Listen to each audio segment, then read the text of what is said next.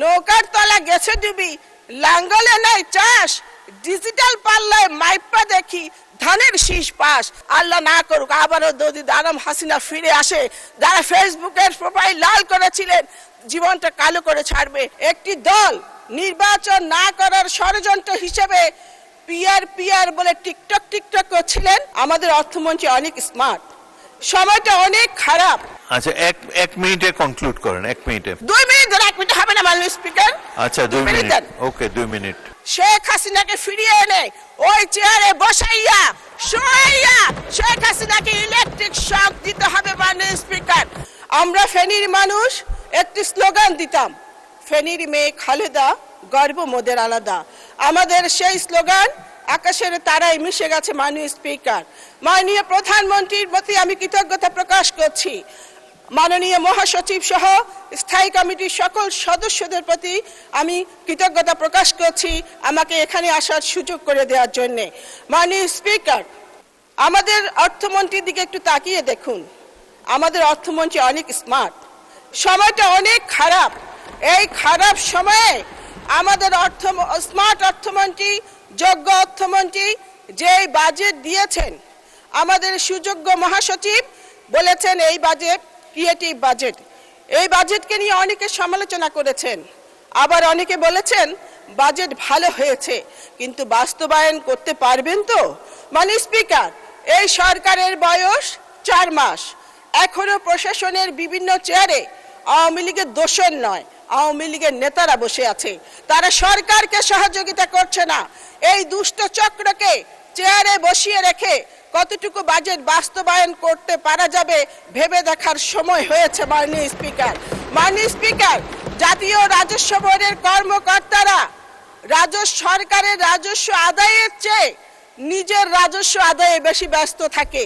রাজস্ব বাড়াতে হলে রাজস্ব বোর্ডে সার্জিক্যাল অপারেশন প্রয়োজন। মাননীয় স্পিকার, মাননীয় স্পিকার, আপনার মনে আছে নির্বাচনের আগে একটি দল নির্বাচন না করার ষড়যন্ত্র হিসেবে পিআর বলে টিকটক করছিলেন। আমাদের প্রিয় নেতা সকল ষড়যন্ত্রকারীদের বিষ দাঁত ভেঙে দিয়ে যেইভাবে নির্বাচন আদায় করেছেন, ঠিক সেইভাবে সমালোচনাকারীদের মুখে কলপেটে দিয়ে এই বাজেট উনি বাস্তবায়ন করবেন ইনশাল্লাহ।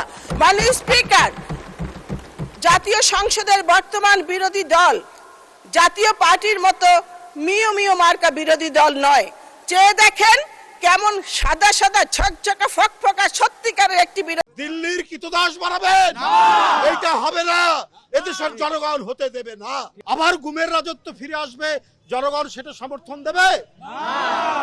আবার ক্রস ফায়ার ফিরে আসবে, জনগণ সেটাকে সমর্থন দেবে না। উকি দিচ্ছে ফ্যাসিবাদ। আমি বলবো যে পচা পানার মধ্যে দিয়ে তারা উকি দেওয়ার চেষ্টা করছে।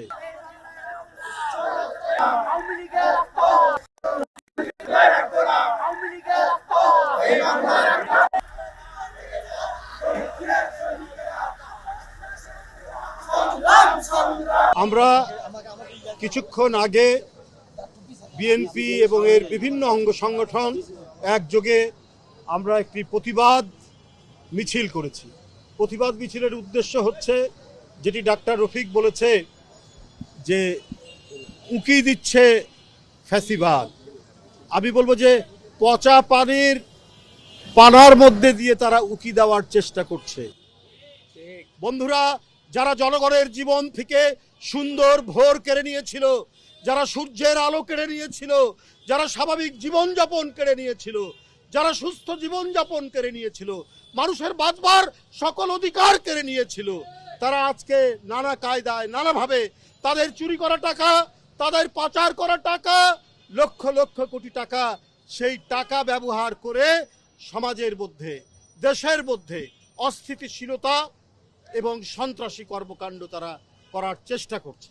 বন্ধুরা আমার, বহুদিন পর জনগণের শুভেচ্ছায়, জনগণের ম্যান্ডেটে একটি অবাধ সুষ্ঠু নির্বাচন, যে নির্বাচন শেখ হাসিনা কেড়ে নিয়েছিল, কেড়ে নিয়ে তার ভয়ঙ্কর দুঃশাসন এবং রক্ত পিপাসু সরকার গঠন করেছিল, তার বিরুদ্ধে জনগণের স্বতঃস্ফূর্ত ম্যান্ডেটের মধ্যে দিয়ে জনাব তারেক রহমানের সরকার, গণতান্ত্রিক সরকার, সেই সরকারের বিরুদ্ধে ষড়যন্ত্র চক্রান্তের তারা বেড়াজাল বোনার চেষ্টা করছে।